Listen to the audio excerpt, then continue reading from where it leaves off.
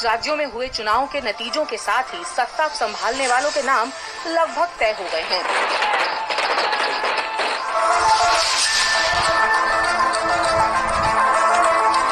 बंगाल में नंदीग्राम से ममता चुनाव जीते या हारे, राज्य की गद्दी पर वही बैठेंगी, ये लगभग तय है।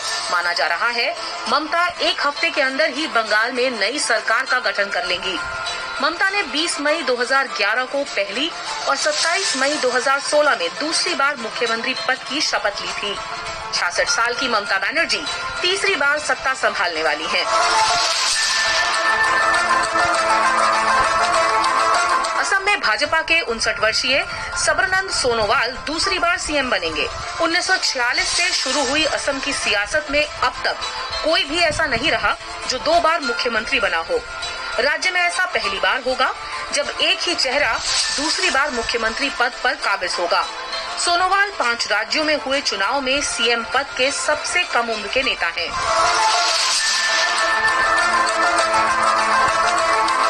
लेफ्ट पार्टियों का जनाधार अब केवल केरल में ही बचा है।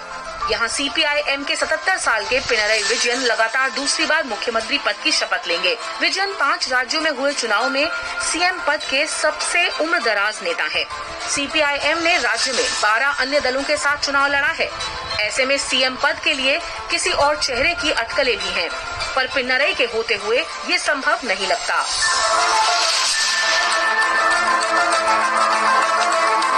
तमिलनाडु में जयललिता और करुणानिधि के निधन के बाद पहली बार विधानसभा चुनाव हुए हैं, इसलिए नतीजों में यहाँ बड़ा उलटफेर होता दिख रहा है।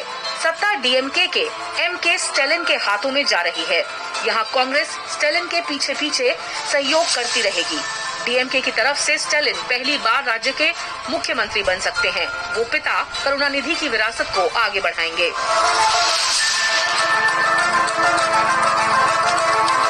पुडुचेरी में पहली बार एनडीए की सरकार बनने जा रही है। यहाँ बीजेपी गठबंधन की सरकार में शामिल होती दिख रही है। केंद्र शासित प्रदेश में एआईएनआरसी की अगुवाई में बीजेपी और एआईडीएमके साथ रहेंगे। ऐसे में मुख्यमंत्री एआईएनआरसी के अध्यक्ष एन रंगास्वामी ही होंगे। रंगास्वामी दूसरी बार पुडुचेरी के मुख्यमंत्री पद की शपथ लेंगे।